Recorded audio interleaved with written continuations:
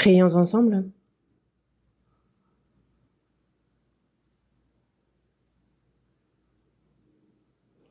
Dieu notre Père, toi qui nous aimes, toi qui es saint et miséricordieux.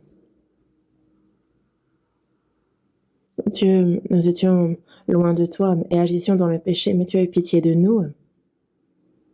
Nos mauvaises œuvres nous rendaient tes ennemis, mais c'est le Seigneur Jésus qui, à notre place, a été crucifié. Il est mort en versant son précieux sang. Et tu as ainsi lavé éternellement tous nos péchés, fait que nous n'avons plus à recevoir ni le jugement ni la malédiction. Et c'est sans aucun mérite de notre part que tu nous as sauvés, que tu as fait de nous tes enfants, que tu nous permets d'entrer dans ton royaume éternel et que tu donnes cette espérance glorieuse de ton royaume. Pour cette grande grâce, nous te remercions, nous te louons et te glorifions, Père. La semaine dernière, nous étions réunis, nous avons appris ta parole et cette fois encore, de nombreuses personnes ont pu comprendre ta grâce. Nous croyons que tu les as sauvés et nous te remercions. Seigneur, nous qui avons reçu la rédemption éternelle par le précieux sang que tu as versé, que notre corps, que notre âme, que le reste de notre vie te soit consacré. Nous croyons en ce que tu nous sépares saintement de ce monde, que le reste de notre vie ne soit vécu que pour ta gloire et ta volonté. Seigneur, que nous puissions vivre seulement pour ton évangile. Pour cela, guide-nous et dirige-nous. Il y a encore, Seigneur, ceux qui ne te connaissent pas, vraiment, que cette grande et surprenante grâce, qu'ils puissent la comprendre, qu'ils puissent être sauvés, aide-les, et que ceux qui ne sont pas encore sauvés, nos familles, nos proches, notre entourage, que aussi, au plus vite, l'évangile puisse leur être prêché, qu'ils puissent être sauvés, guide-nous. Des églises dans toute la Corée, dans le monde entier, mais il y a ceux qui sont dans les difficultés et tous des églises qui prêchent l'évangile. Souviens-toi de chacune d'entre elles et que par ta grâce, par ta main puissante, chacune soit soutenue et qu'ils puissent toujours avec assurance prêcher ton évangile et guider devant toi ces âmes errantes et que ton œuvre soit grande.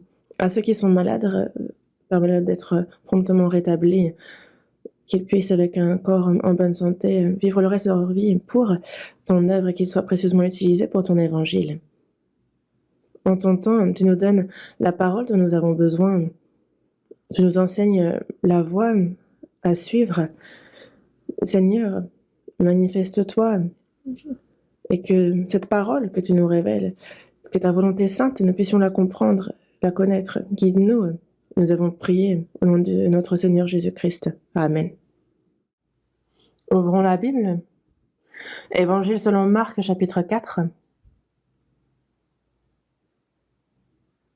Évangile selon Marc, Nouveau Testament. Évangile selon Marc, chapitre 4.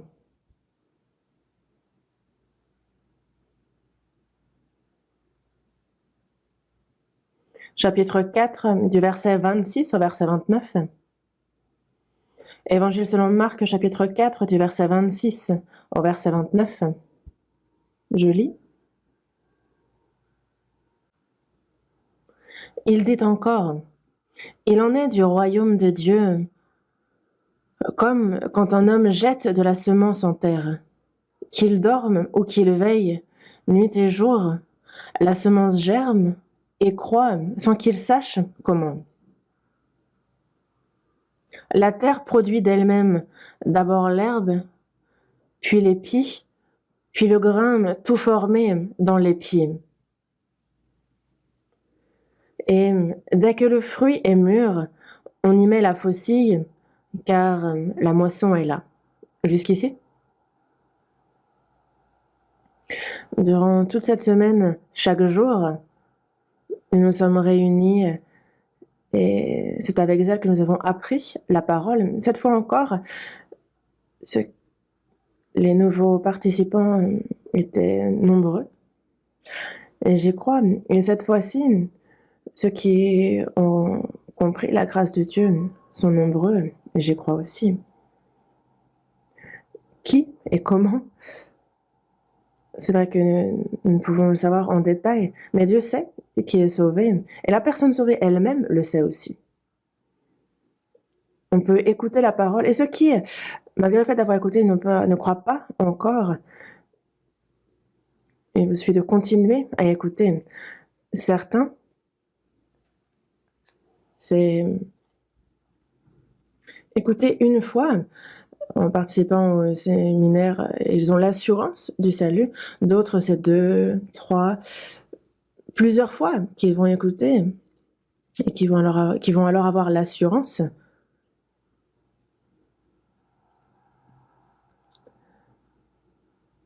Et selon combien notre cœur est ardent, combien est-ce qu'on désire également connaître Dieu. Lorsqu'on écoute la parole, alors on reçoit plus ou moins rapidement la parole, le salut. Pourquoi? On le voit dans Jérémie chapitre 29. Vous me chercherez et vous me trouverez si vous me cherchez de tout votre cœur. Cherchez de tout notre cœur. Ceux qui cherchent de tout leur cœur constamment, alors Dieu a dit, trouver ces personnes, c'est-à-dire leur faire comprendre sa grâce, les sauver. Et c'est pour cela que ceux qui ont écouté la parole, mais qui n'ont pas l'assurance du salut, ceux qui, dans leur cœur, ont encore, c'est certainement ce n'est pas de tout leur cœur qu'ils cherchent Dieu. C'est ce qu'on peut se dire. Et donc faire en sorte de continuer à écouter et de chercher Dieu de tout votre cœur. Dans ce monde aussi, il n'y a rien de facile. Il y a des efforts à fournir, du zèle pour. Et c'est quand on s'efforce qu'il y a certaines choses que l'on peut recevoir dans ce monde. Dans ce monde aussi, cela fonctionne ainsi. Et concernant le salut de notre âme aussi, ce n'est pas notre zèle qui est décisif, mais Dieu regarde, il sonde les cœurs. Et c'est ceux qui cherchent de tout leur cœur, qui cherchent ardemment. Ceux qui cherchent, ils trouveront. Et comme il nous le dit dans ce verset, il y a ceux qui sont ardents. Et alors Dieu les aide pour trouver. Dans ce monde, on essaie, et quand ça ne fonctionne pas, on peut faire autre chose. Les étudiants, s'ils n'arrivent pas à intégrer l'université qu'ils souhaitaient, alors ils peuvent réessayer. Et si ça ne fonctionne pas non plus, ils peuvent aller dans une université de province. Et si ça aussi, ça ne marche pas, en fait, il y a bien d'autres choses à faire encore. Mais concernant le problème du salut, si on écoute plusieurs fois et que ça ne fonctionne pas, ce n'est pas pourtant que l'on doit abandonner, mais on peut écouter 10 fois, 100 fois, 1000 fois, jusqu'à ce qu'on meure. Évidemment que si on cherche de tout notre cœur, ça ne prendra pas aussi longtemps. Mais si on ne reçoit pas le salut, c'est la perdition éternelle. En fait, c'est un problème fondamental. Il n'est pas plus urgent, plus grave que ce problème-là. C'est une question d'aller en enfer ou au ciel. Et donc, ce n'est pas un problème pour lequel on peut abandonner.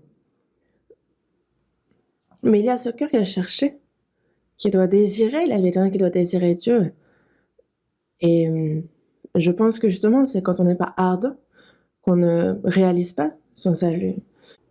Beaucoup écoutent la parole, mais pour ce qui est de comprendre avec certitude, ces personnes sont peu nombreuses, je pense. Après avoir reçu le salut, désormais, il y a du changement. C'est comme une personne qui devait mourir si elle a été opérée et qu'elle a guéri. Alors, ça se voit, il y a désormais beaucoup de choses qu'elle peut faire avec son corps qui a retrouvé la santé. Quelqu'un qui revient d'une maladie mortelle, en fait, elle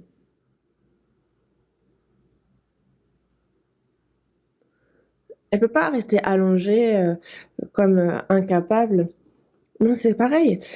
Quand il y a la vie, la grâce de Dieu qui entre dans une personne, lorsqu'on a une relation désormais apte avec Dieu, une personne qui a reçu le salut, c'est le cœur, c'est la vie qui change. Il y a forcément ce changement. Il ne peut pas ne pas y avoir ce changement. Aujourd'hui, Ceux qui viennent de recevoir le salut, ceux qui participent ce dimanche avec nous pour la première fois, et je pense que vous êtes nombreux, quand on vient de recevoir le salut, désormais nous sommes passés de la mort à la vie, nous avons de ce côté à la lumière, nous avons désormais Dieu pour Père, nous avons un même Père, nous sommes frères et sœurs.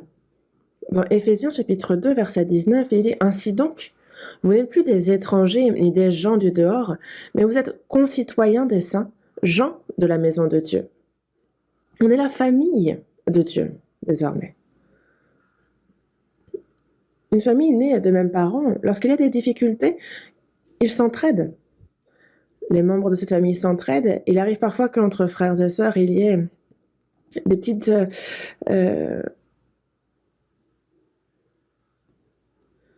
mésententes. Il se peut parfois que quand on est éloignés les uns des autres, on se contacte, on se manque les uns aux autres, on s'entraide.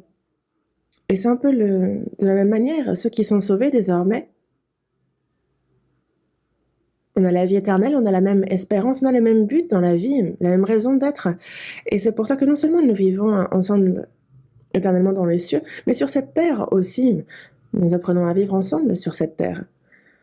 Dans ce monde, les riches restent entre eux. Ils ont des clubs VIP, les politiciens entre eux, les entrepreneurs entre eux,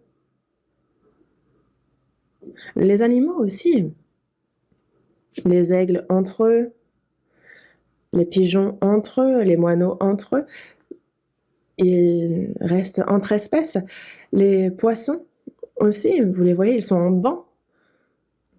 En d'autres termes, on parle ici vraiment de communion.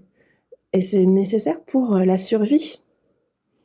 Une personne sauvée, désormais sauvée, et jusqu'au jour de sa mort, eh ben, c'est ensemble qu'on vit, que toute personne sauvée vit ensemble.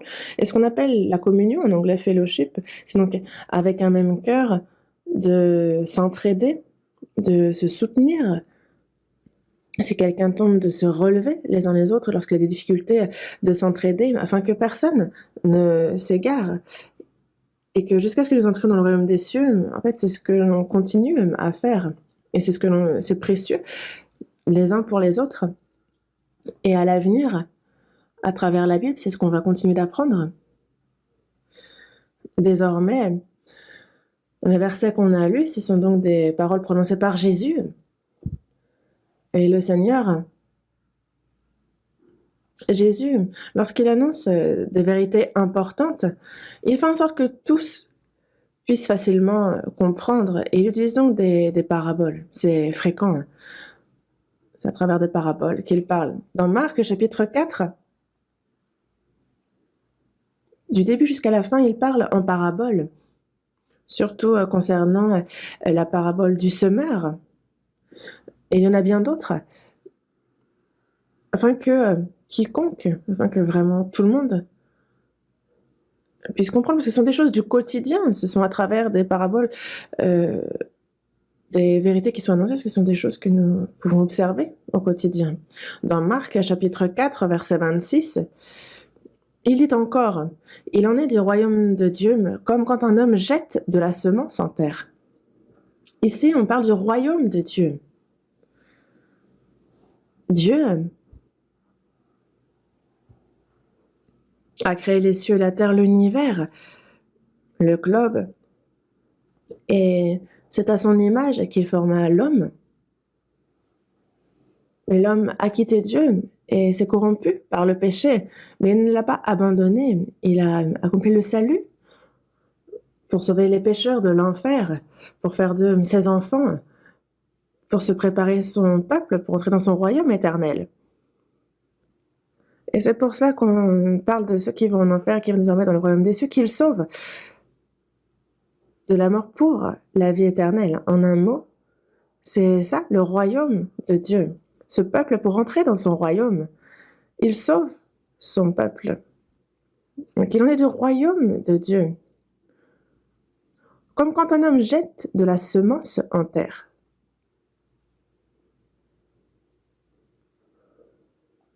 En fait, qu'il dorme ou qu'il veille, nuit et jour, C'est ça en fait notre vie, c'est le jour, la nuit, on dort, on est réveillé. Mais ici, qu'il dorme ou qu'il veille nuit et jour, la semence germe et croît sans qu'il sache comment. L'homme ne sait pas comment la semence porte du fruit. Ça, c'est ce que Dieu fait, ce que Dieu, le Créateur, fait.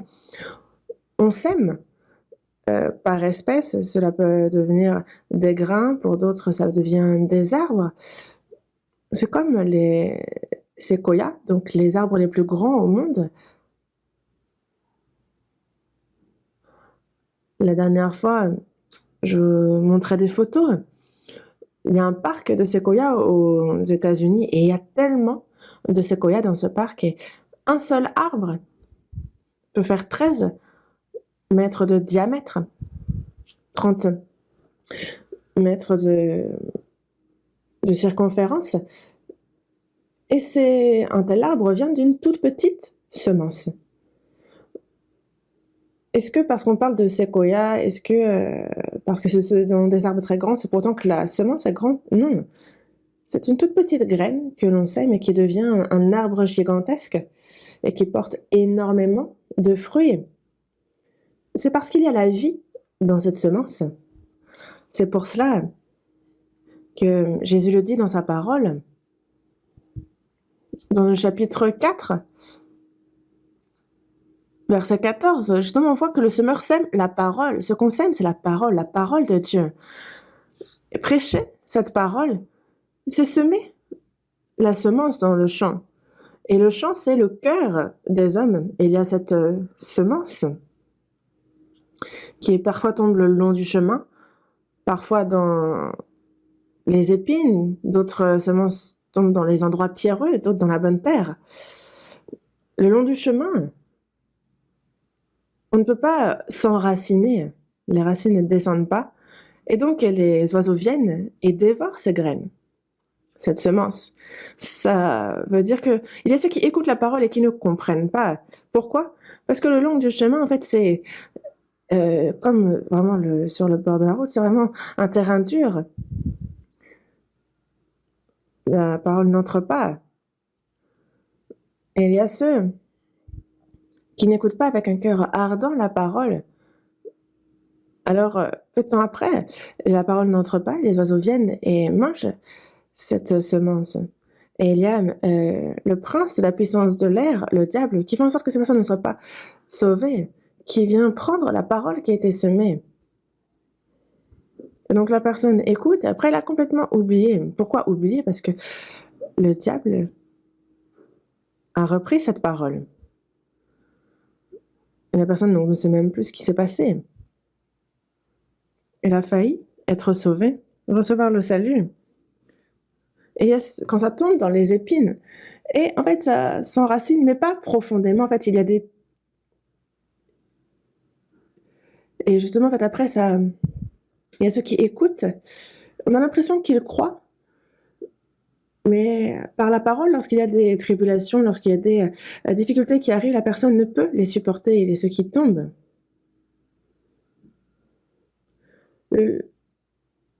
Et donc, c'est toujours un peu mieux que la parole qui tombe dans le chemin, mais la personne n'est pas sauvée pour autant. Et celle qui tombe dans les épines, ça a légèrement poussé.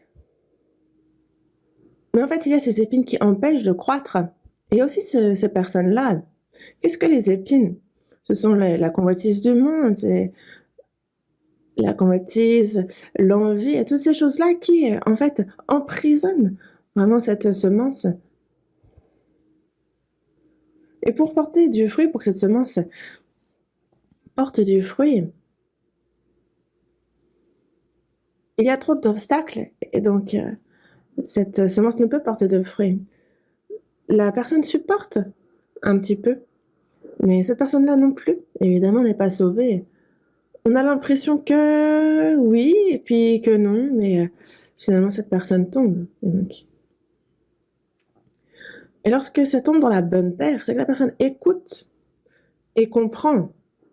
Dans Matthieu chapitre 13, dans Luc chapitre 8 aussi, ça aborde le même point.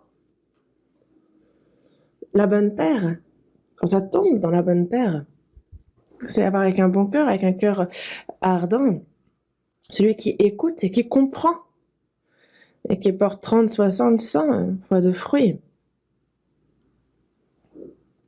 Et quand on prêche la parole, donc cette semence, c'est pareil, prêcher la parole, c'est comme semer, et le champ, c'est le cœur des gens à qui l'on prêche. Et la Bible nous explique justement les différents champs.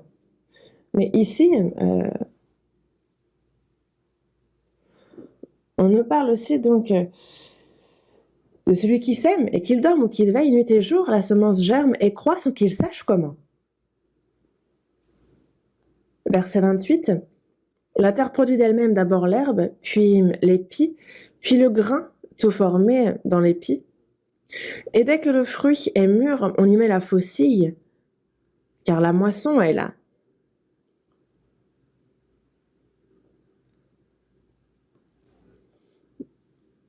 Au début, on voit, il y a l'herbe. Quand il y a une température adéquate, lorsqu'il y a une humidité suffisante, alors il y a l'herbe. Ça germe, puis donc ça donne l'herbe, puis l'épi. Ça se prépare à porter du fruit. Puis, peu de temps après, il y a le grain tout formé dans l'épi. Donc il y a ces trois processus, ces trois étapes. L'herbe, l'épi, puis le grain tout formé dans l'épi. Et dès que le fruit est mûr, on y met la faucille, car la moisson est là. Et ça,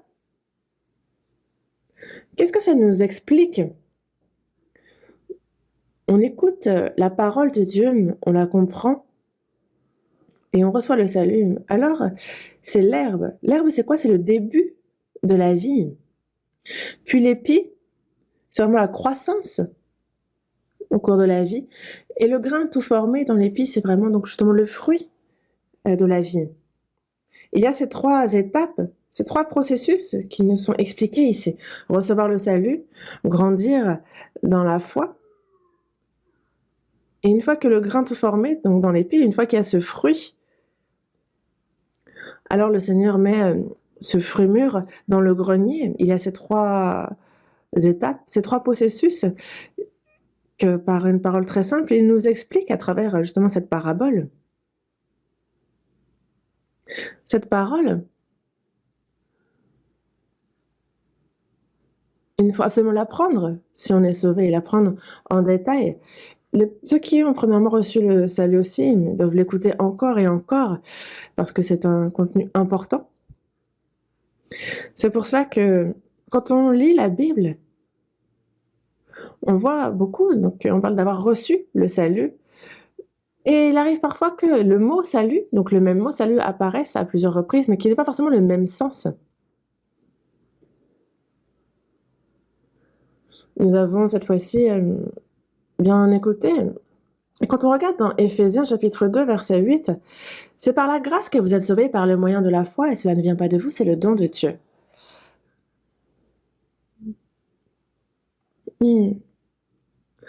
Jésus, Christ est mort sur la croix, et c'est à notre place que Jésus s'est chargé du jugement, de la malédiction que nous devions recevoir. Il a versé tout son sang, il a sacrifié sa vie, et c'est ce sang qui a pardonné éternellement nos péchés.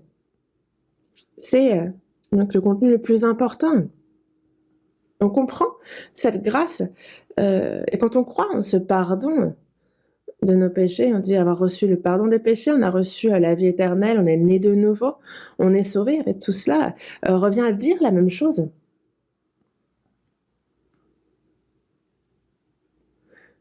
Et c'est donc par la grâce que vous êtes sauvés, par le moyen de la foi. Non pas qu'on ait fait quelque chose de bien, pas du tout. Ça ne vient pas de nous, c'est le don de Dieu, un don surprenant de Dieu. Et nous, le dimanche, nous apprenons la parole ensemble sur ce thème, le plus grand cadeau, le plus grand don, le meilleur des dons que Dieu fasse aux hommes. Et je vous en parlais jusqu'à présent, mais on a des personnes qui viennent de recevoir le salut, et donc aujourd'hui, j'aborde un autre sujet. C'est pour ça, avoir reçu le salut. Quand on parle du salut, c'est par la grâce de Dieu, c'est vraiment un don qui nous vient de Dieu. On le reçoit, on dit merci, c'est très simple. Et dans la première épître de Pierre, chapitre 1, verset 8, lui que vous aimez sans l'avoir vu, en qui vous croyez sans le voir encore, vous réjouissant d'une joie ineffable et glorieuse parce que vous obtiendrez le salut de vos âmes pour prix de votre foi. On n'a pas vu le Seigneur Jésus, mais c'est à travers la Bible que on a vu Jésus, lui qui est sans péché, mourir à notre place pour nous sauver. Le jugement de Dieu que nous devions recevoir, il l'a reçu à notre place. Il a versé son sang pour éternellement laver nos péchés. Et il a ainsi brisé le pouvoir de la mort. Il a ressuscité. Il est monté dans les cieux. Et désormais, il intercède pour nous à la droite de Dieu. Et c'est à travers la parole que nous l'avons compris. Et Jésus aussi, à ses disciples, par exemple à Thomas, qui dit ne pas pouvoir croire s'il ne touche pas, s'il ne voit pas. Parce que Thomas n'était pas là la première fois que Jésus ressuscité se manifeste à ses disciples. Et tout le monde lui dit, ah, on a vu Jésus. Et Thomas dit, vous l'avez touché? Il dit, non, on n'a pas pu. Il dit, ah, faut toucher. Comment on peut croire seulement en voyant? Il dit, moi, je ne pourrais pas croire seulement en voyant. Donc Thomas était plein de doutes. Et 7 jours plus tard, il y a Jésus qui se manifeste de nouveau. Il connaît Thomas. Et il y a donc la marque du clou dans ses mains. Et il la montre à Thomas et lui dit, avance ici ton doigt et regarde mes mains. Avance aussi ta main et mets-la dans mon côté. Et ne sois pas incrédule, mais crois. Thomas dit, ah, je m'excuse, mais... Et il a touché. Il a également mis sa main dans le creux, mais le trou fait dans sa hanche et il dit, mon Seigneur et mon Dieu. Jésus lui répond, parce que tu m'as vu, tu as cru. Heureux ceux qui n'ont pas vu et qui ont cru.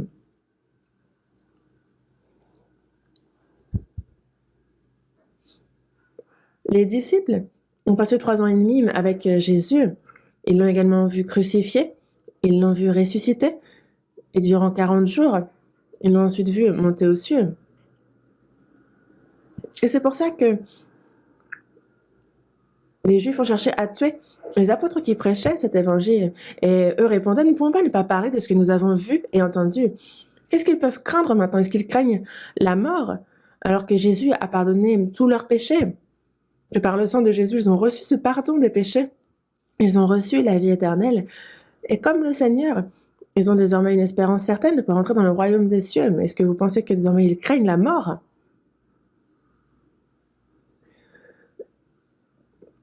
Et lorsqu'on les frappe pour les empêcher de parler de Jésus encore, ils savent bien que la récompense est grande. Ils s'en réjouissent. Parce qu'ils ont été justement jugés dignes de souffrir pour le Seigneur dans la prédication de l'Évangile.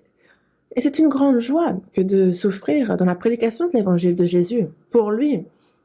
Et nous ne pouvons pas ne pas parler de ce que nous avons vu et entendu. Sous prétexte que vous allez nous tuer, est-ce que ça va fermer nos bouches, nous faire taire?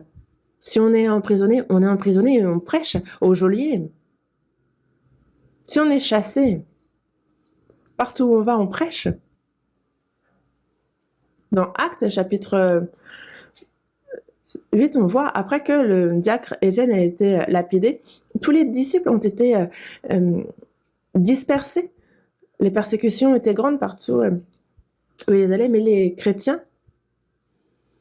n'étaient pas en train de se cacher ici là de peur de mourir, mais partout où ils allaient, ils criaient à l'évangile. Et c'est pour ça que l'évangile a été prêché de Jérusalem, dans toute la Samarie, dans toute la Judée, jusqu'aux extrémités de la terre. C'est ce qui devait arriver, comme la parole le dit. Et c'est parce que des fois on frappe dans les flammes et il y a des braises qui vont sur les côtés qui s'éparpillent. C'est comme ça que ça embrasse toute une forêt. C'est le même principe. Les disciples qui ont été dispersés partout où ils allaient, ils prêchaient la parole. Et c'est pour cela que c'est bien rapidement que cette parole a pu être prêchée de Jérusalem jusqu'à Rome, jusqu'en Europe. On dit que tous les chemins mènent à Rome, et quand c'est prêché à Rome, ensuite ça se propage partout. C'est pour ça que Jésus est mort, il est ressuscité, et c'est le courage qu'ils ont annoncé cela de leur vivant. Et on ne se rend pas compte à quel point l'évangile a été prêché rapidement à cette époque. Mais nous ne l'avons pas vu, mais c'est à travers la Bible.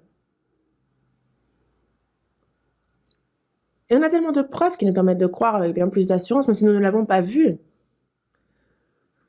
Heureux ceux qui n'ont pas vu et qui ont cru.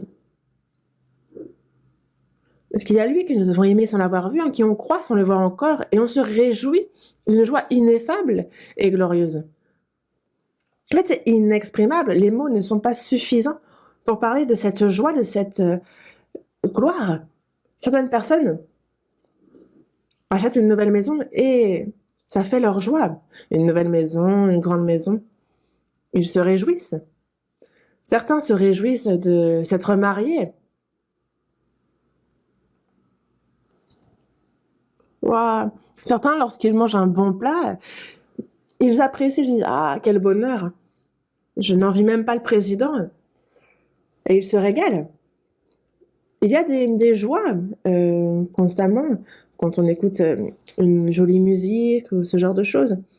Mais c'est incomparable. C'est justement donc une joie ineffable et glorieuse. Vraiment, on ne peut pas la décrire, c'est inexprimable. Il y a un cantique aussi, parce que les cantiques, ce sont des sauvés qui, poussés par la joie dans leur cœur, écrivent ces cantiques. Et ensuite, c'est mis en musique et ça forme un cantique. Et quand on regarde le contenu, vraiment, c'est surprenant. On a chanté ensemble tout à l'heure. La grâce du ciel est descendue, me sauver de l'enfer. Amazing Grace en anglais. Une grande grâce.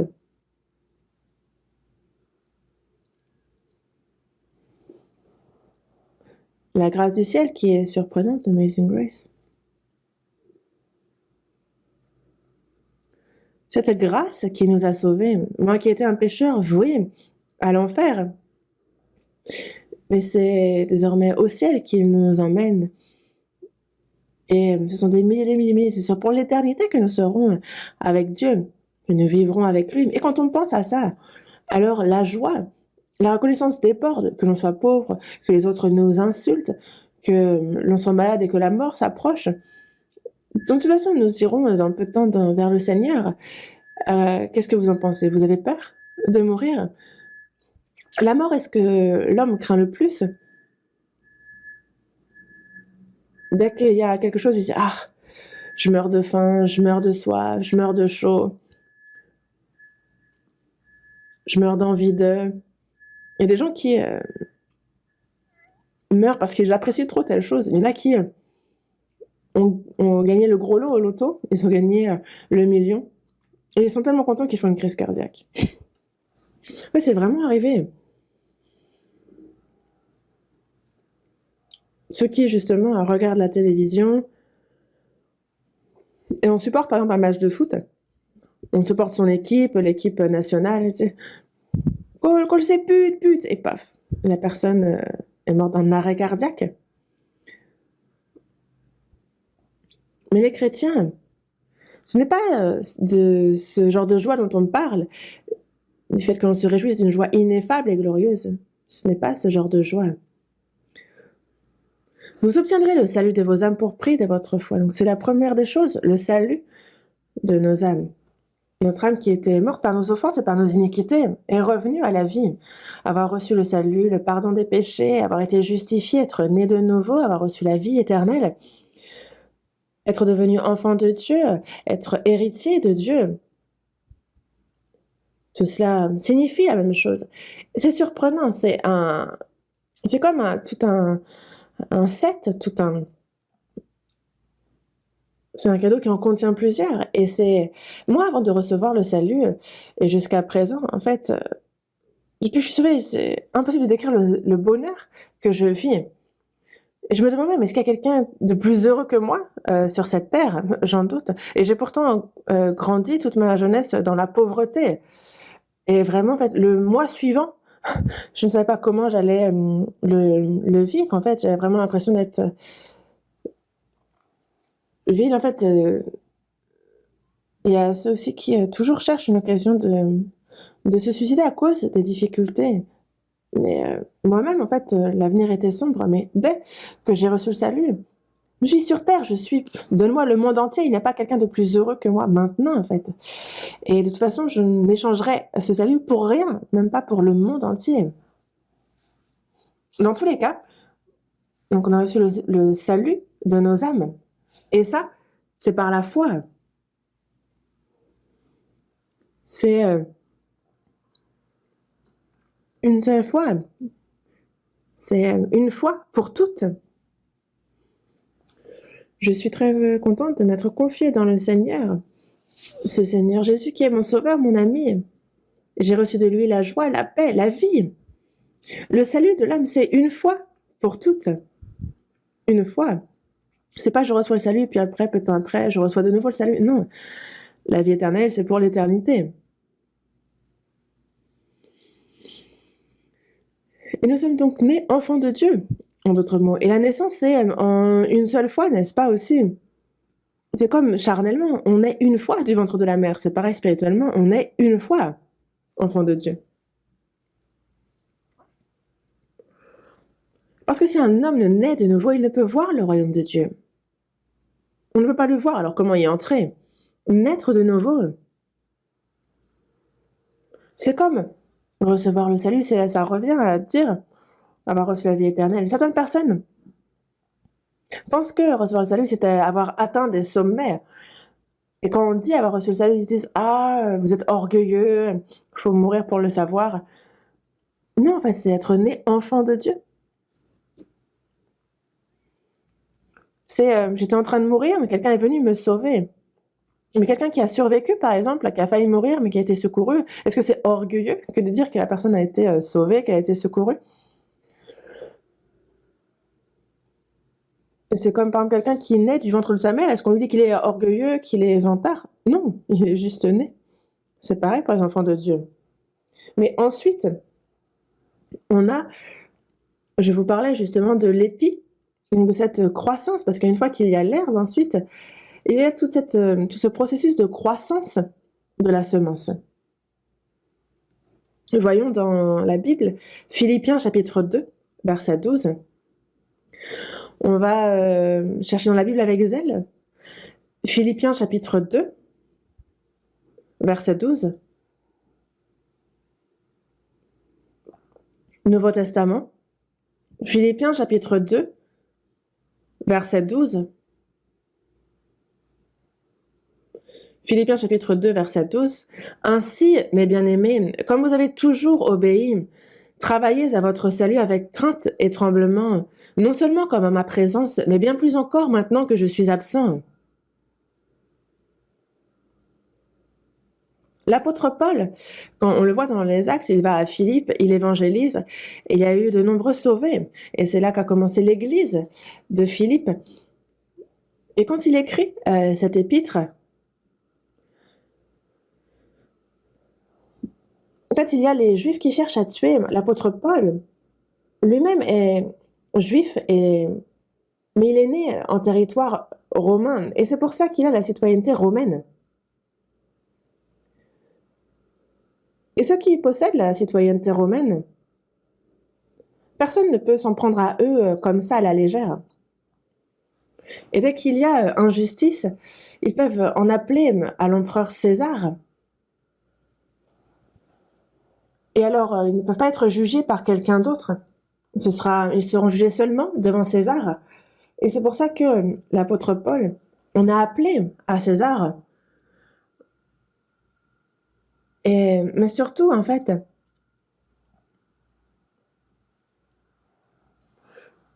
lui, en fait, il est parti pour s'être, certes pour ce jugement, mais en fait, il est surtout parti pour évangéliser, afin d'aller à Rome, évangéliser, et Alors qu'il a passé 2 ans, emprisonné, en soi, c'était un peu plus assigné à résidence et donc il lui a été permis pendant 2 ans d'évangéliser et de recevoir chez lui et alors qu'il était emprisonné 2 ans à Rome, il a écrit cette épître aux Philippiens, il a écrit, cette épître qu'il a envoyée au sein de Philippe et il leur dit ici: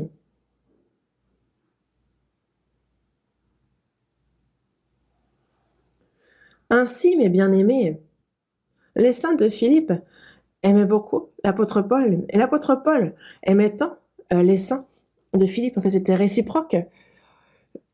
Donc non seulement comme en ma présence, parce qu'il a évangélisé pendant un moment à Philippe, il a prêché la parole, mais maintenant, à cette époque, il était en leur présence et là, il est absent. Mais il dit surtout: «Comme vous avez toujours obéi, mais travaillez à votre salut avec crainte et tremblement». Ici, il dit: «Travaillez à votre salut». Le salut, le salut de notre âme, c'est ce que nous recevons, sur le coup, une fois pour toutes. Le salut de notre âme. Mais le salut dont on parle ici est différent. Ce n'est pas le salut par la foi. Ici, c'est comme vous avez toujours obéi. C'est différent, n'est-ce pas? Comme vous avez toujours obéi, travaillez à votre salut avec crainte et tremblement. Ce salut-là, on le travaille. Ici, c'est du présent, donc c'est en cours. Ceux qui ont reçu le salut de l'âme jusqu'à ce qu'ils entrent dans le royaume des cieux, il faut qu'ils vivent comme il se doit, dignement, en tant que personnes sauvées. C'est ce que cela veut dire. Nous qui avons reçu le salut de notre âme désormais dans notre vie, en fait, ça doit aussi, ça se travaille au quotidien. Et ça, c'est par l'obéissance. On a en nous le Saint-Esprit qui nous fait connaître la volonté de Dieu. Nous apprenons la parole de Dieu et nous, chrétiens, on voit comment il nous convient de vivre. C'est ce qu'on apprend. Et il y a le Saint-Esprit, la parole de Dieu auquel nous sommes obéissants. Comme vous avez toujours obéi. En fait, il y a l'obéissance et la soumission. L'obéissance, c'est ce que l'on fait quand on le veut. La soumission, c'est même lorsqu'on ne veut pas le faire aussi. C'est un terme un peu militaire, la soumission. Quand on dit de se soumettre, il n'y a pas de raison. Nous, non seulement nous obéissons avec joie à la parole de Dieu, mais aussi des fois nous sommes dans les souffrances et des fois nous n'avons pas envie, mais nous nous soumettons tout de même à sa parole. Dans Philippiens chapitre 2, il est dit du Seigneur qu'il s'est rendu obéissant jusqu'à la mort, même jusqu'à la mort de la croix. Jésus est mort sur la croix. Est-ce que c'était un plaisir pour lui? Non, il n'avait pas envie. Et c'est pour ça qu'il a dit dans Matthieu: «Mon Père, s'il est possible que cette coupe s'éloigne de moi. Si seulement cette coupe pouvait s'éloigner de moi, si seulement je pouvais ne pas mourir sur la croix».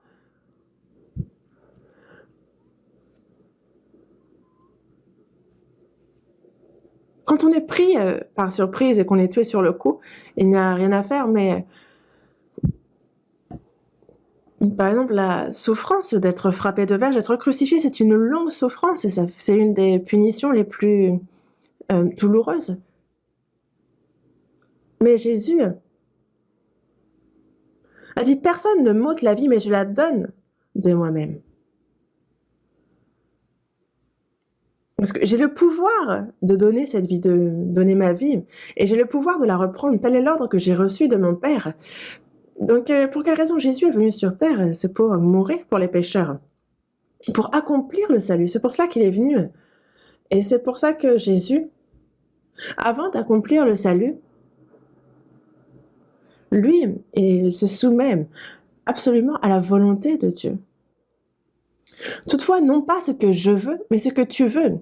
Il s'est rendu obéissant jusqu'à la mort, même jusqu'à la mort de la croix. Et nous-mêmes qui sommes sauvés, lorsque nous connaissons la volonté de Dieu, que j'ai envie ou que je n'ai pas envie, peu importe. Tant mieux si je le fais avec un cœur joyeux, mais il m'arrive parfois de ne pas vouloir, des fois il y a les souffrances, et même s'il faut que je meure, si c'est la volonté de Dieu, il faut mourir, se rendre obéissant jusqu'à la mort. Comme vous avez toujours obéi, donc c'est toujours, depuis qu'on est sauvé jusqu'au jour où on ira devant le Seigneur, c'est toujours obéir, toujours apprendre la parole, connaître la volonté de Dieu et obéir à cette parole, à cette volonté, donc se soumettre à sa parole. Abandonner ma volonté et recevoir celle de Dieu. Comme vous avez toujours obéi, travaillez à votre salut avec crainte et tremblement. Certains voient ce verset et disent « Ah, je pense avoir reçu le salut, mais en fait, ah non, il faut que je travaille à ce salut avec crainte et tremblement. Est-ce que ça suffit? En plus, ça ne suffit pas d'être sauvé, il faut le faire avec crainte et tremblement. Il ne faut pas se méprendre sur ce verset. Il n'y a pas crainte et tremblement de peur qu'une personne sauvée finisse en enfer. Non, le salut est éternel. Dans Jean chapitre 10, verset 28, il est dit « Je leur donne la vie éternelle et elles ne périront jamais. Et personne ne les ravira de ma main. » La vie éternelle, on ne périt jamais. Les enfants de Dieu non plus, ne vont plus, quoi qu'il arrive, en enfer. Lorsqu'on est devenu une fois enfant de Dieu, en fait, que l'on fasse des bêtises ou pas, on reste enfant, n'est-ce pas? Que je fasse des bêtises ou non, en fait, on reste enfant. Mais est-ce que ça veut dire pourtant qu'on peut faire des bêtises? Non, sachez qu'on est quand même châtié, qu'on est frappé si on fait des bêtises. On n'est pas chassé, on n'est pas rayé. Il y a des punitions, il y a des châtiments, mais il n'y a pas l'enfer.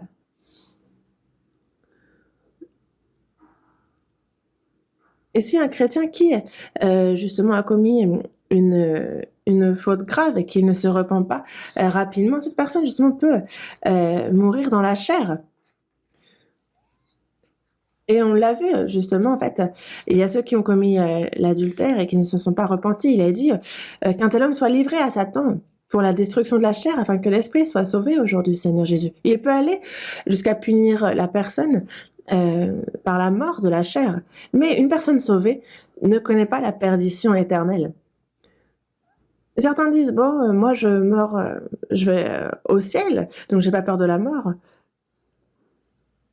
Mais on peut aussi, après la mort, on peut avoir des reproches. Et donc, depuis le jour de notre salut jusqu'à le jour de notre mort, en fait, selon comment nous avons vécu, en fait, tout sera, il faudra rendre compte de comment nous avons vécu. Et une personne sauvée, en fait, une personne qui n'est pas sauvée, pardon, quand elle meurt, il y a ce jugement et elle va être jugée selon ses œuvres. Et en fait, la douleur est différente selon comment on a vécu. Et c'est normal.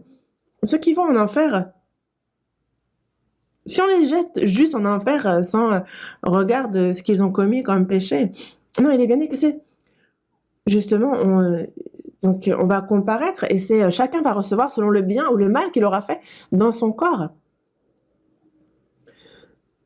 Et ceux qui pêchent,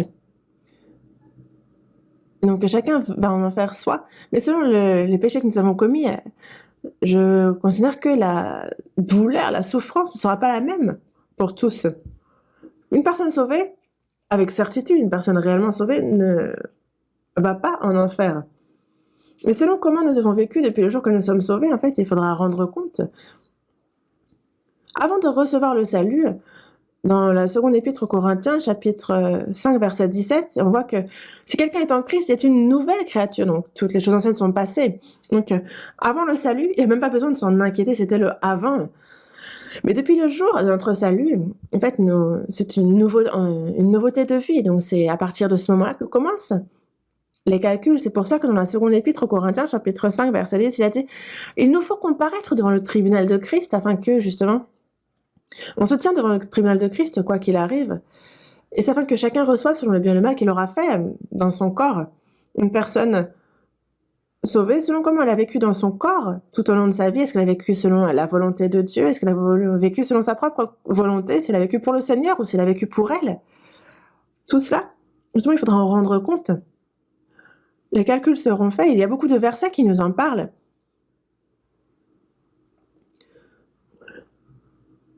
Et dans la première épître aux Corinthiens aussi, en fait, il y aura des reproches, il y aura aussi des des compliments pour chacun. Il y a ceux qui vont être félicités d'avoir été un bon et fidèle serviteur. Il y a ceux qui vont être réprimandés comme mauvais serviteurs, méchants. Donc ceux qui auront obéi seront complimentés.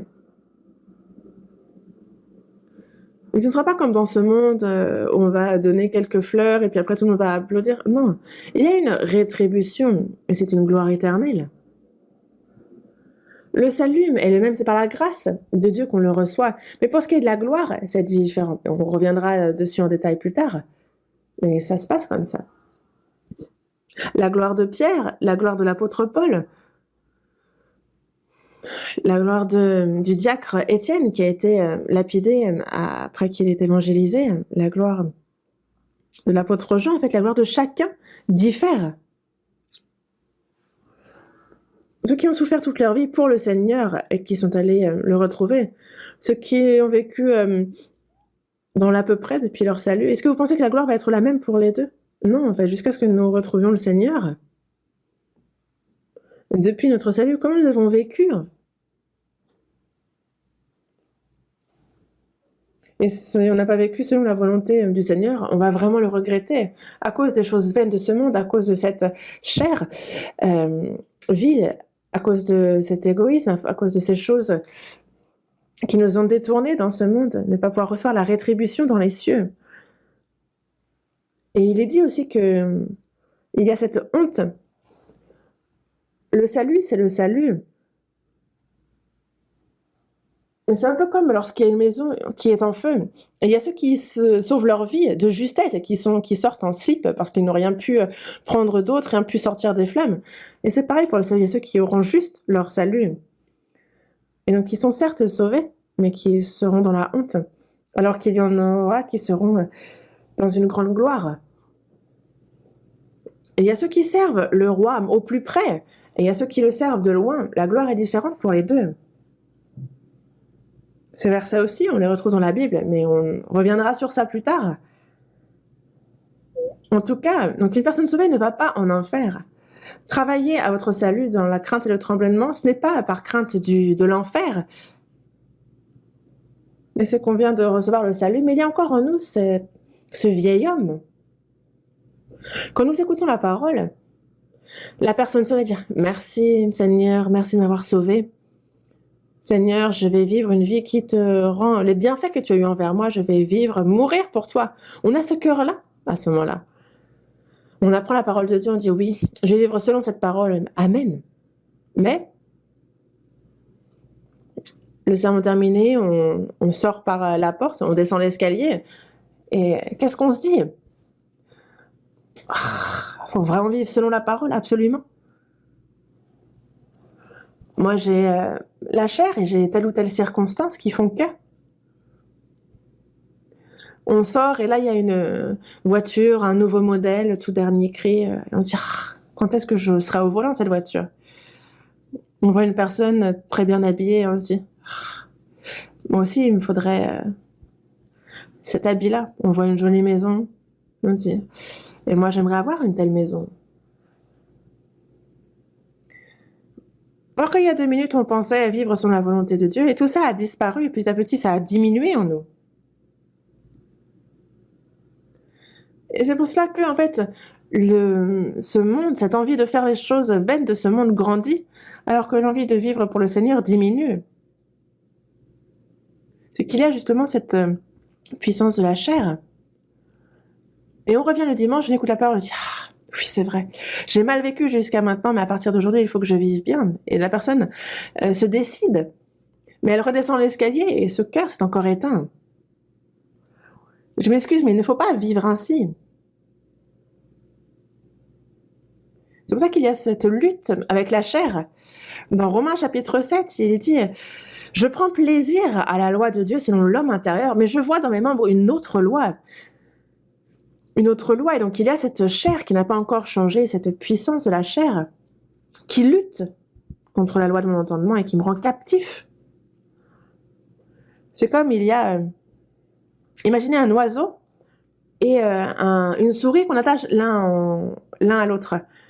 La souris cherche à entrer dans son trou et puis l'oiseau cherche à s'envoler dans les airs. Qui va gagner? Comment vous savez?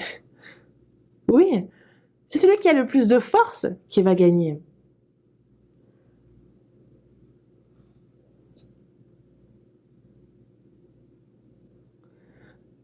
Et donc ça dépend de qui est le plus fort. Si l'oiseau est un aigle, la souris pourra être un rat, qu'elle va s'envoler quand même. Mais imaginez un moineau tout chétif, tout malade. La souris va l'emporter dans son trou. Et il faut que notre homme intérieur soit fort. Dans Éphésiens chapitre 3, on nous dit d'être puissamment fortifié par son esprit dans l'homme intérieur. Lorsque l'homme intérieur est fort, alors il peut triompher de la chair, car il y a cette lutte, ce combat constamment.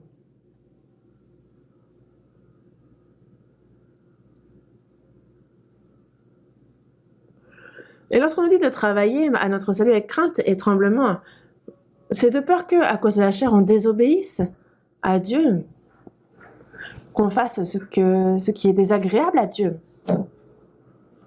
Et c'est pour ça qu'il faut être dans la crainte et le tremblement. Et comme on a toujours obéi, travailler à notre salut, vouloir obéir à Dieu, parce qu'il y a la chair qui, elle, ne veut pas. On revient le soir et on se dit « Ah, aujourd'hui, je n'ai pas vécu comme le veut Dieu. Ah, il y a pas mal de choses qui ne lui plaisent pas, qui l'attristent. » On dit ah, « Jusqu'à quand est-ce qu'il faut que je vive ainsi ?» On regrette. Alors il faut prier Dieu de nous aider. Parce qu'il y a ce cœur chétif, il y a justement ce cœur rusé. Nous aider à changer, continuer à apprendre sa parole. Travaillez votre salut avec crainte et tremblement. En fait, ça s'accomplit au quotidien. On ne va pas dire à quelqu'un qui n'a pas d'argent de bien gérer son argent. Il faut que la personne ait de l'argent pour qu'on lui dise gère bien ton argent. Et c'est pareil pour une personne qui a reçu le salut. C'est parce qu'elle a reçu le salut qu'on lui dit de travailler à son salut. Donc de bien vivre comme il se doit en tant que sauvé. En d'autres termes, c'est vraiment le salut du comportement. En fait, c'est pas parce qu'on a reçu le salut qu'on devient instantanément un ange. Non, en fait, c'est à partir de ce moment qu'on commence à changer et que le Saint-Esprit, par la parole, chaque jour renouvelle notre cœur. On lit la parole, on l'écoute, on la mémorise et on la pratique. Et alors petit à petit, notre cœur change. C'est pour ça que dans Romains, chapitre 12, verset 2, il nous est dit « Ne vous conformez pas au siècle présent, mais soyez transformés par le renouvellement de l'intelligence. » Afin que vous discerniez quelle est la volonté de Dieu, ce qui est bon, agréable et parfait. Ne vous conformez pas au siècle présent qui est corrompu, mais soyez transformés par le renouvellement de l'intelligence, que notre cœur soit changé par la parole, par la puissance du Saint-Esprit. Petit à petit, notre vie, notre cœur change. Notre personnalité change, notre comportement. Si le cœur change, la vie change. Quand notre cœur change, nos actions, nos paroles changent aussi petit à petit. Certaines personnes, ça fait pourtant longtemps qu'ils sont sauvés et parfois, ils s'énervent vraiment, on les voit qui se mettent en colère, on a l'impression qu'ils vont dévorer quelqu'un et on dit « Ah, on a peur ». Dès qu'on frôle cette personne, ça ressort. Et on se dit « Mais quand est-ce que ça va s'arrêter chez cette personne ?» Le Seigneur, lui, est doux et humble de cœur. Doux, c'est-à-dire un peu comme tendre comme un agneau, comme on dit, qui, comme un agneau, justement, va obéir, semblable à un agneau qu'on mène à la boucherie. C'est comme, en fait, quand vous tondez un mouton, c'est donc avec une espèce de rasoir électrique, et parfois, il arrive que dans le mouvement, ça fasse saigner la peau. Mais le mouton, lui, reste stoïque.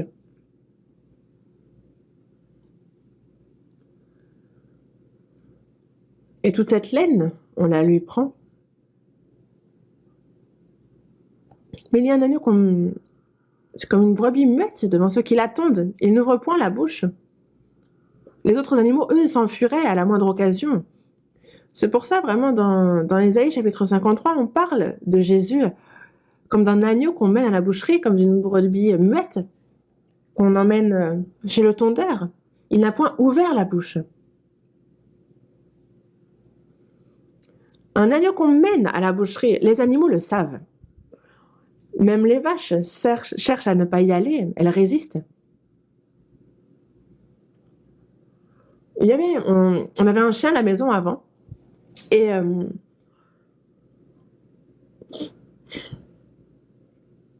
justement, en fait, il a grandi, et on a voulu le vendre parce qu'on ne pouvait plus l'élever, mais il a dû comprendre ce qu'on avait dit, et il ne sortait plus, en fait. Donc on n'a pas pu le vendre, puisqu'il ne voulait plus sortir de la maison. Le mouton, la brebis, obéit en tout temps, qu'elle soit menée à la boucherie, qu'elle soit menée au tondeur.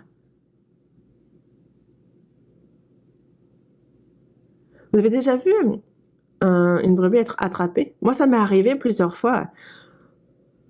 Une fois, c'était en Chine. Justement, on nous avait dit qu'on nous recevrait avec de la viande d'agneau. Et justement, par exemple, je les ai vus donc, se saisir de l'agneau. Et ils attachent juste les pattes arrière. Et ensuite, en fait, avec un couteau, ils égorgent l'agneau. Alors, le sang se déverse. Et l'agneau fait juste... il geint, en fait. Il ne va pas chercher à s'enfuir. Alors que ça aurait été un autre animal, ça aurait été une toute autre histoire. Vous avez déjà essayé d'attraper une poule? La poule, il faut lui couper la tête. Mais si vous lui coupez la tête, vous avez le corps, en fait. Vous avez le tronc qui est encore par les nerfs, qui va courir un peu partout. Donc, vous avez un corps sans tête qui court partout pendant un certain temps. Mais la brebis, en fait, même si elle pleure, elle va juste faire... En fait, elle reste stoïque. Et la brebis, en fait, est vraiment là pour nous expliquer Jésus. Jésus qui a été à tort jugé, qui a été condamné, mais il ne s'est jamais soulevé, il est resté comme un agneau, comme à la boucherie, comme une brebis muette devant ceux qui attendent. Il n'a pas ouvert la bouche et il a dit: je suis doux et humble de cœur et vous trouverez du repos pour vos âmes, justement, en moi.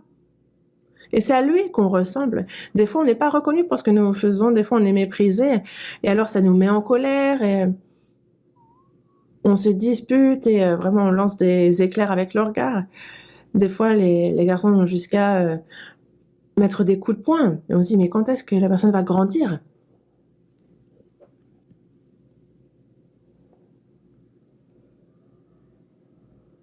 Dans tous les cas,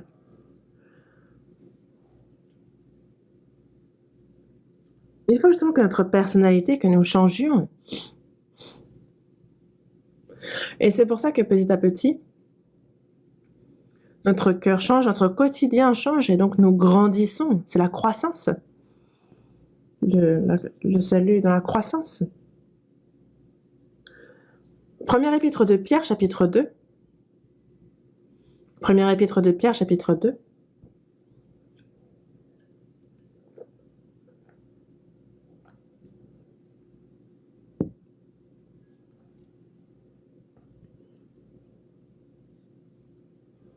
Nouveau Testament. Première épître de Pierre, chapitre 2, verset 2. Désirez, comme des enfants nouveau-nés, le lait spirituel et pur, afin que par lui vous croissiez pour le salut. Comme des enfants nouveau-nés, désirez le lait spirituel et pur. Nous, quand nous recevons le salut, nous sommes spirituellement des enfants nouveau-nés. Même un grand-père, lorsqu'il reçoit le salut spirituellement, il est un nouveau-né. Et que désire un nouveau-né? Une cigarette? De l'alcool? Il demande de l'argent. Il n'y a que le lait qu'il désire. Comme un bébé et son lait. Il ne pense qu'à ça. Et c'est la parole de Dieu. Auparavant, on lisait 2 versets et ça nous endormait. Et justement, en fait, on lisait la Bible pour dormir. Il était créé. Et mais en fait, au Nouvel An, je me disais, il faut que je lise beaucoup la Bible cette année. Et donc, je commençais par Matthieu, chapitre 1, verset 1. Généalogie de Jésus-Christ, fils de David, fils d'Abraham. Abraham engendra Isaac, Isaac engendra Jacob, Jacob engendra Judas et ses frères. Judas engendra de Tamar, Pharès et Zara, Pharès engendra Esron, Esron engendra Aram, Aram engendra Aminadab, Aminadab engendra Naasson, Naasson engendra Salmon, Salmon engendra Boaz de Rahab, Boaz engendra Obed de Ruth, Obed engendra Isaïe, Isaïe engendra David. Engendre. C'est un livre de naissance. Et finalement, on saute des chapitres. Et ensuite, à partir de je ne sais plus quel moment, on ne lit plus tel ou tel chapitre.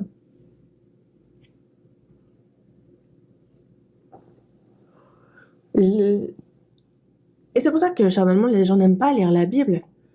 Si on s'assoit devant la télévision, pendant plusieurs ans, là, c'est a l'air si drôle. Mais dès qu'on dit de lire un peu la Bible, la personne dit « Ah, je suis trop occupée, je n'ai pas le temps. » Alors que la personne ne saute pas un repas, elle prend ses 3 repas par jour. Je m'excuse, mais Job a bien dit « J'ai fait plier ma volonté aux paroles de sa bouche. » Aussi traduit par sa parole, je la préfère à la nourriture. Et moi-même, quand j'étais en école de théologie, en fait, je me disais, les autres pourront dire ce qu'ils veulent, mais moi, il me faut lire la Bible. J'ai dû lire plus de 50 fois l'Ancien Testament, plus de 30 fois l'Ancien. Avant de manger, à chaque fois, je lisais un chapitre de la Bible avant chaque repas. Et chaque dimanche, on récite des versets aussi, n'est-ce pas? Vous récitez, vous? Certaines personnes, quand on récite, ils sont très, très humbles et ils baissent la tête. Et c'est pas de la récitation. Après, même si lire, c'est déjà une bonne chose, mais c'est réciter un verset, par semaine, c'est trop. Vraiment, un verset par semaine, ça aide vraiment à grandir grandement dans la foi. Si on mémorise beaucoup de versets dans la Bible, des fois, quand il arrive ceci ou cela, et la parole nous revient. On y repense. Et donc, lire un verset, si on vous disait, on vous donne 100 000 euros, si vous lisez un verset, vous liriez 100 versets par jour, n'est-ce pas? Mais vous pensez que la récitation n'a pas cette valeur? Mais beaucoup lire la Bible, la réciter, la mémoriser. Dans Apocalypse, chapitre 1, il dit « Heureux celui qui lit et ceux qui entendent les paroles de la prophétie et qui gardent les choses qui y sont écrites. » Lire, entendre, apprendre, enseigner. Et ceux qui gardent les choses qui y sont écrites dans leur cœur, dans la vie. Quelqu'un qui n'aime pas lire la Bible ne peut pas vivre sa vie de foi correctement. Alors que la personne ne saute pas un repas, pourquoi ne pas lire la Bible? 3 fois par jour, et c'est plusieurs chapitres qu'il nous faut lire chaque jour. 3 chapitres, 4 chapitres. Et même si c'est trop, dans ces cas-là, un chapitre. Et certains cherchent à lire énormément la Bible. Sans même savoir ce que ça dit, en fait, ils lisent, ils passent les chapitres les uns après les autres. Mais ça non plus, c'est pas mieux. C'est comme, par exemple, si vous allez dans un buffet à volonté et que vous mettez tout dans l'assiette et vous voulez tout manger d'un coup. Non. Et pour bien digérer, il faut mâcher ce qu'on mange, manger lentement. Il y a ceux qui, c'est pas mieux non plus que de vouloir dévorer comme ça la Bible. Il est bien dit de lire et de contempler la parole de Dieu. mémoriser, parfois on oublie, et de mémoriser de nouveau. Mémoriser, oublier. Après, vraiment, on s'approprie la parole ainsi. Et on a les petites cartes de mémorisation. Par exemple, il y en a une série qui est pour l'évangélisation. En fait, c'est quelque chose qu'on a fait. Et il y a une maman qui était mère de jumeaux. Donc, elle a un fils, puis après, elle a mis au monde des jumeaux, donc 3 enfants. Son mari ne croit pas en Jésus. Mais la mère de jumeaux mémorise tant la Bible que, justement, en fait, elle a mémorisé tous les versets sur les cartes, du début jusqu'à la fin dans l'ordre. Évidemment qu'à l'époque, en fait, il n'y avait pas autant de versets que maintenant. On a ajouté des versets sur ces petites cartes de versets mémorisés. Mais elle a tellement mémorisé la Bible.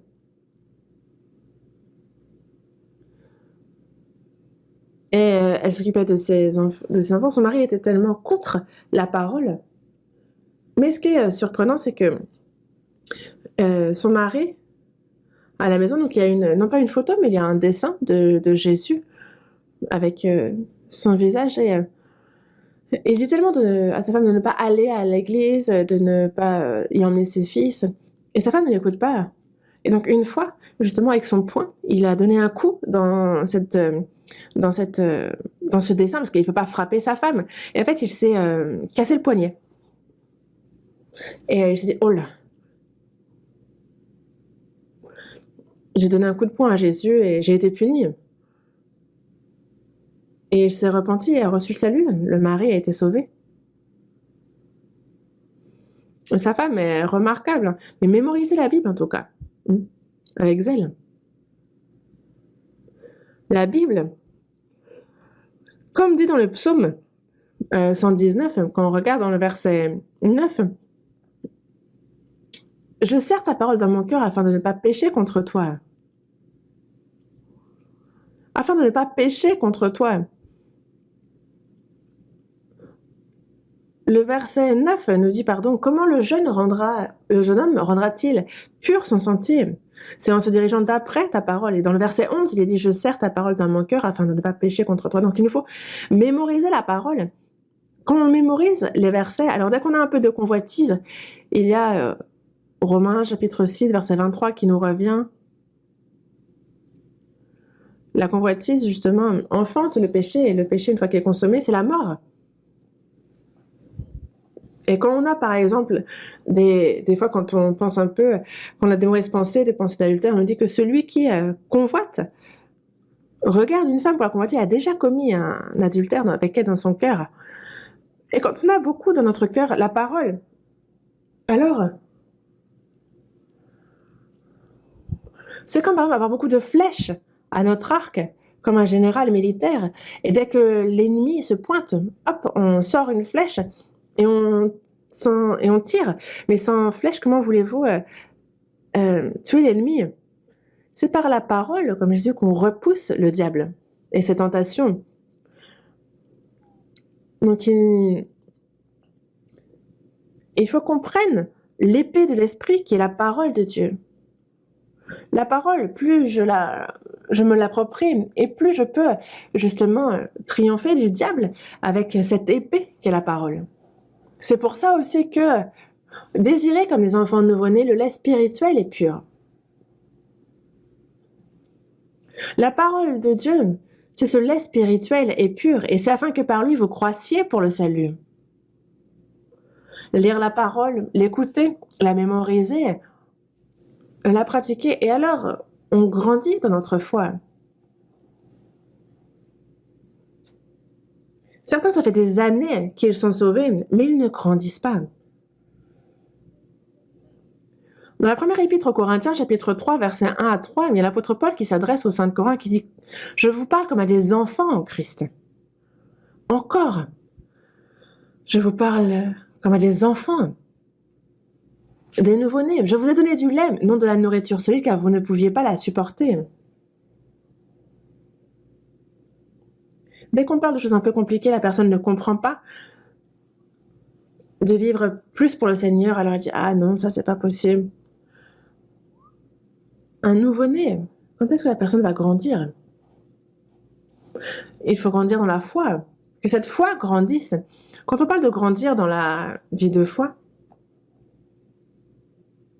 c'est que se forme en nous le Christ, lui, et ses sentiments que, justement, moi, le vieil homme, disparaisse petit à petit. Quand on vient de recevoir le salut, en, en nous, il y a peut-être le Christ à 2%, 10%, et 90%, c'est moi encore. Mais quand on grandit dans la foi, ensuite, c'est Christ à 20% et moi à 80%, puis ensuite 30% pour Christ et 70% pour moi. On grandit encore et le Seigneur est à 50% et moi à 50%. En fait, c'est moitié-moitié. Je vais pour la chair puis pour le Seigneur. En fait, c'est un peu à égalité. Mais on grandit encore et c'est le Seigneur Jésus à 60%, moi à 40%. Et quand on est à 70% déjà, en fait, la chair ne peut plus rien. Mais dans ce monde, 100% peut être difficile. On peut être rempli de l'esprit. Et une fois rempli de l'esprit, alors vraiment, la chair ne peut plus rien. En fait, c'est vraiment l'esprit qui domine. Alors on peut vivre sans péché. Il faut absolument pécher, vous pensez?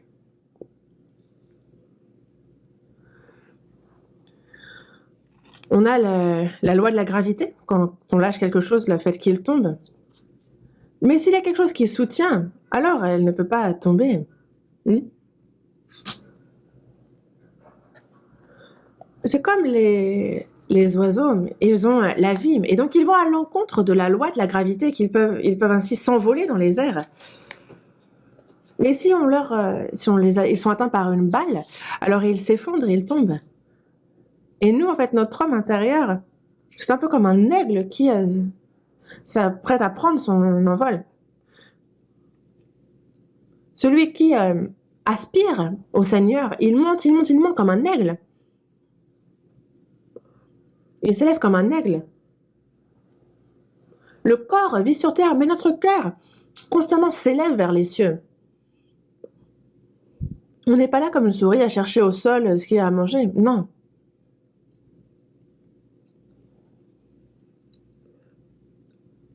Ainsi, mes bien-aimés, travaillez à votre salut avec crainte et tremblement. En fait, c'est que notre homme intérieur diminue, notre homme intérieur qu'il grandisse pour que le vieil homme diminue, en fait, ressembler toujours davantage au quotidien au Seigneur Jésus.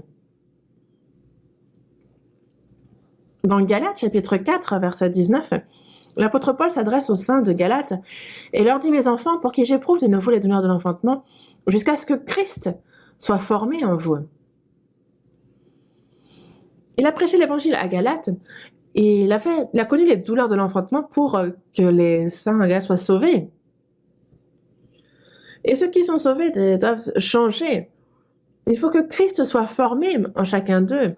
Et c'est pour ça qu'il connaît de nouveau les douleurs de l'enfantement. Une mère souffre jusqu'à la mort pour enfanter. De nombreuses mamans meurent en couche. Mais il éprouve de nouveau les douleurs d'enfantement. Et les douleurs d'enfantement pour élever un enfant, c'est toute la vie. L'apôtre Paul dit éprouver de nouveau les douleurs de l'enfantement jusqu'à ce que Christ soit formé en vous. Que Christ, petit à petit, se forme en nous. Qu'on lui ressemble. Dans Philippiens, chapitre 2, verset 5, « Ayez en vous les sentiments qui étaient en Jésus-Christ. » Dans Matthieu, chapitre 5, verset 48 aussi, Jésus dit « Soyez donc parfaits comme votre Père céleste est parfait. » Comment est-ce que nous pourrions être parfaits comme notre Père céleste est parfait? Mais quand même, c'est ce que Dieu souhaite. Le Père est un grand homme. Mais est-ce que le Père s'attend à ce qu'on lui ressemble à moitié?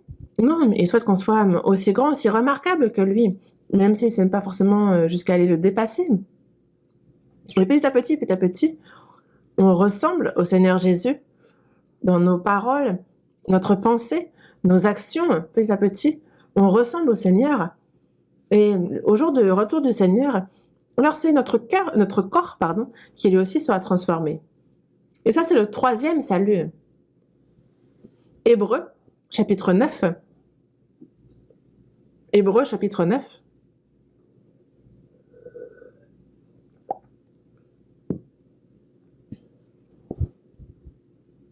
Hébreux chapitre 9,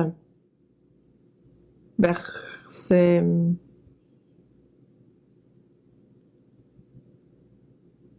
Nouveau Testament chapitre 9, verset 28. De même, Christ, qui s'est offert une seule fois pour porter les péchés de plusieurs, apparaîtra sans péché une seconde fois à ceux qui l'attendent pour leur salut.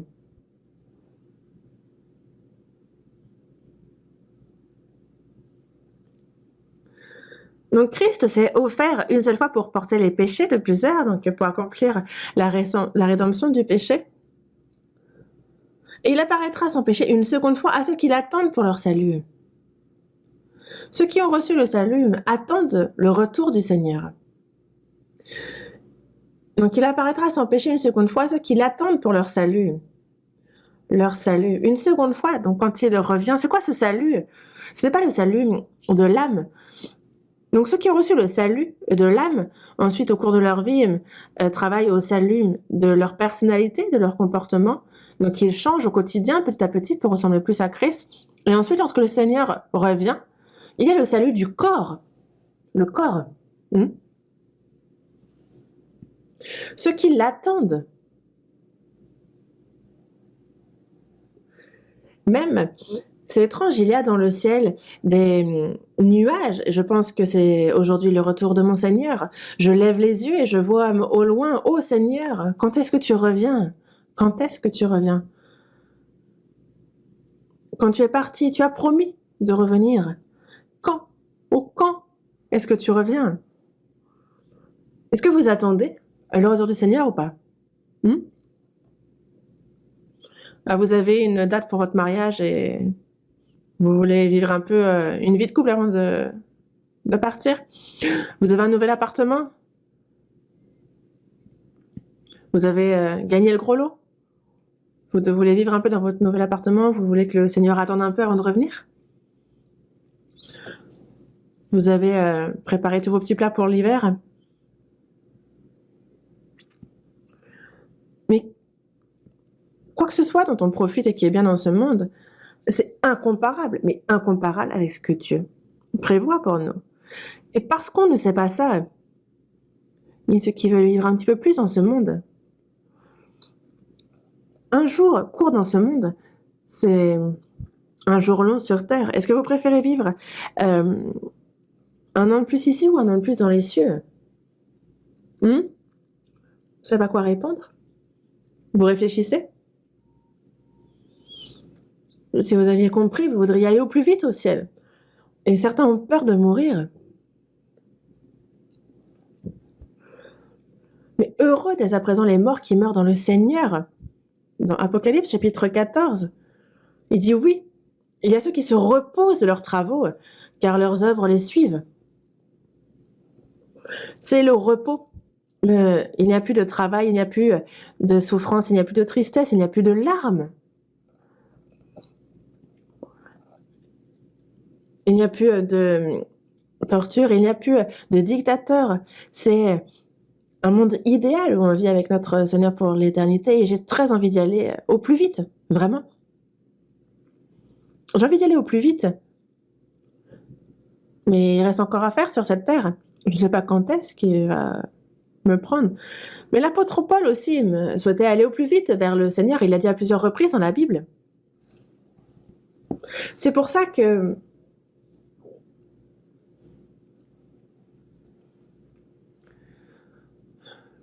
quand le Seigneur revient, il revient pour la seconde fois. Et justement, pour ceux qui l'attendent, c'est pour le salut. Mais de quel salut on parle?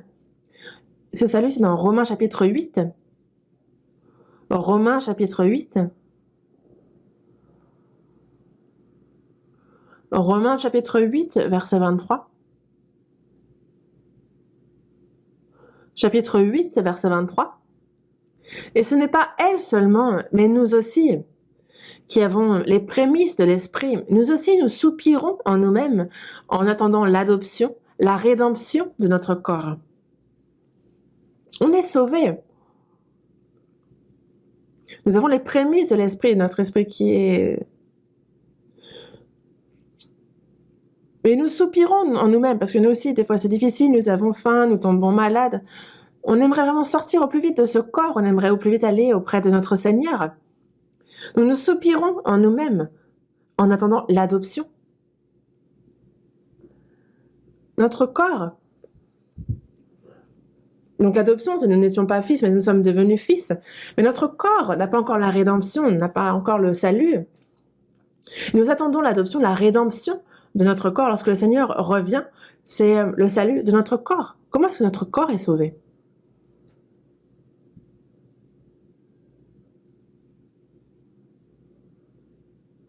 Première épître aux Thessaloniciens, chapitre 4. Ouvrons à la première épître aux Thessaloniciens, chapitre 4. Nouveau Testament, première épître aux Thessaloniciens, chapitre 4, verset 16. Du verset 16 au verset 18. Du verset 16 au verset 18, je lis. Car le Seigneur lui-même a un signal donné à la voix d'un archange et au son de la trompette de Dieu descendra du ciel et les morts en Christ ressusciteront premièrement. Ensuite, nous les vivants qui serons restés, nous serons tous ensemble enlevés avec eux sur des nuées à la rencontre du Seigneur dans les airs et ainsi nous serons toujours avec le Seigneur. Consolez-vous donc les uns les autres par ces paroles. Lorsque le Seigneur revient, lorsqu'il vient sur la première fois qu'il est venu sur terre, il est venu d'une manière vile, il est mort misérablement. Le Christ, lui qui est venu en homme, a été rejeté par le monde, il est revenu, mais lorsqu'il reviendra sur terre, il reviendra dans la gloire et avec une grande puissance. Il reviendra avec derrière lui les anges. Car le Seigneur lui-même a un signal donné à la voix d'un archange et au son de la trompette de Dieu descendra du ciel et les morts en Christ ressusciteront premièrement. Ceux qui ont reçu le salut et qui sont morts charnellement, leur âme est au paradis, mais leur chair est sous terre. Et ils sont retournés, donc ce corps est retourné à la terre. Mais donc, d'abord, les morts en Christ ressusciteront premièrement. Et justement, ils reviendront avec un corps qui ne se peut corrompre. Et donc, le Seigneur lui-même a un signal donné à la voix d'un archange, au son de la trompette, il descendra. Et justement, premièrement, ceux qui sont morts, les sauvés mais morts en Christ, se ressusciteront premièrement. Et nous serons transformés, nous ressemblerons au Seigneur et comme un air, nous nous envolerons. Donc ensuite, nous les vivants, nous ne mourrons pas. Et j'ai l'impression qu'on va justement, de notre vivant, rencontrer le Seigneur Jésus. Son retour est si proche. On ne sait pas, il viendra peut-être ce soir. Si ce n'est pas aujourd'hui, est-ce que ce sera demain? Si ce n'est pas cette année, est-ce que ce sera l'année prochaine? Mais nous devons vivre en attendant chaque jour le Seigneur. Mais voici, nous les vivants qui serons restés, nous serons tous ensemble enlevés avec eux sur des nuées à la rencontre du Seigneur dans les airs, et ainsi nous serons toujours avec le Seigneur. Et ce n'est pas dans les... On ne va pas vivre dans les airs, en fait, on va vivre dans la traduction ici signifie qu'on va entrer dans ce royaume divin. Voyons aussi dans Philippiens chapitre 3, juste avant. Philippiens chapitre 3,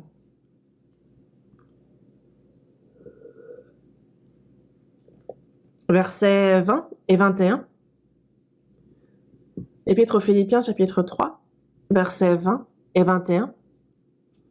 Mais notre cité à nous est dans les cieux, d'où nous attendons aussi comme sauveur le Seigneur Jésus-Christ, qui transformera le corps de notre humiliation en le rendant semblable au corps de sa gloire, par le pouvoir qu'il a de s'assujettir toutes choses. Mais notre cité à nous est dans les cieux. Une fois sauvés, nous avons cette citoyenneté, nous sommes citoyens du ciel. Ceux qui sont nés aux États-Unis ont la citoyenneté américaine et ils s'en vantent. Nous sommes nés en Corée, nous avons la citoyenneté coréenne. Nous avons cette citoyenneté. Ceux qui ont reçu le salut ont une double citoyenneté. La chair, et citoyenne coréenne. Et parce qu'on est né de nouveau, nous sommes enfants de Dieu et nous avons la citoyenneté du ciel. Notre cité à nous est dans les cieux. Nous attendons aussi comme sauveur le Seigneur Jésus-Christ. Nous attendons le retour du Seigneur Jésus, car s'il revient, il vient nous chercher. Et c'est pour cela que nous attendons aussi comme sauveur le Seigneur Jésus-Christ qui transformera le corps de notre humiliation en rendant semblable au corps de sa gloire. C'est par la parole que le ciel, l'univers, tout a été créé, et c'est par cette parole, par cette puissance que tout est soutenu. Mais il transformera le corps de notre humiliation en le rendant semblable au corps de sa gloire par le pouvoir qu'il a de s'assujettir toutes choses. Donc, tout d'un coup, nous serons transformés, notre corps, en un corps divin. Comment serons-nous transformés? Les blancs, les noirs, les jaunes? Ce n'est pas, peu importe, ce n'est pas comme ça, en fait, on ne peut plus beau. Est-ce que vous avez l'impression qu'il y aura des beaux, des moches au ciel? Les grands seront peut-être rabaissés, ceux qui étaient petits vont peut-être être agrandis. On sera tous même plus beaux que les anges. Mais comment on va se reconnaître alors une fois dans les cieux? Ça vous inquiète? À ce moment-là, en fait, on ne reconnaîtra pas au faciès. Mais comme dans la première épître aux Corinthiens, en fait, on connaîtra comme on a été connu, en fait, on connaîtra parfaitement.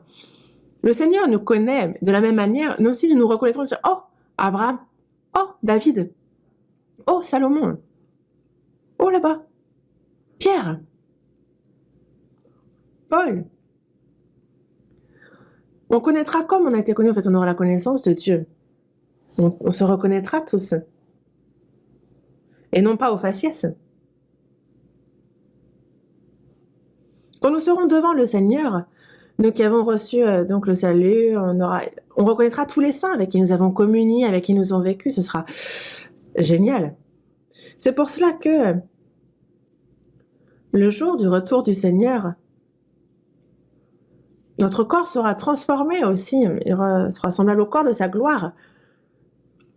Donc il y a le salut de l'âme quand nous avons compris la grâce par la foi.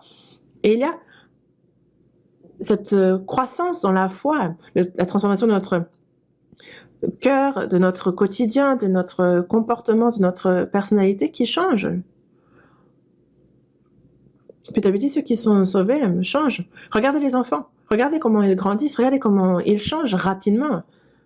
Donc ceux qui sont sauvés doivent changer constamment. Et alors, lorsque le Seigneur revient, notre corps sera semblable au corps de sa gloire. Et donc, il y aura ce salut du corps aussi. Compris?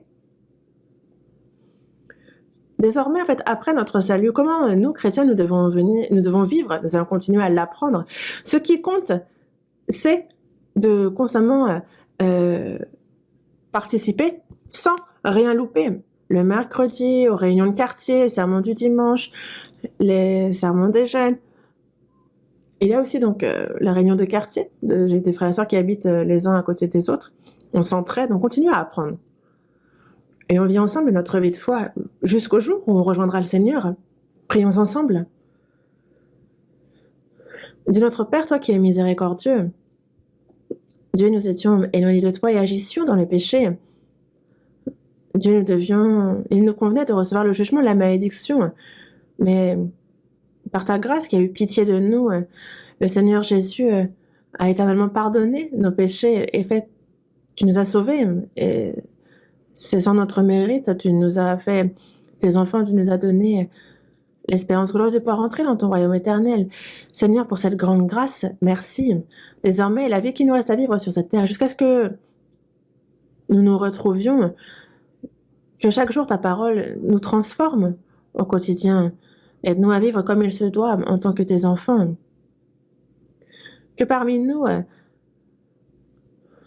qu'aucun ne s'égare, que nous soyons tous soutenus par ta main miséricordieuse et qu'au jour de ton retour, Seigneur, nous puissions chacun nous tenir sans honte devant ta gloire.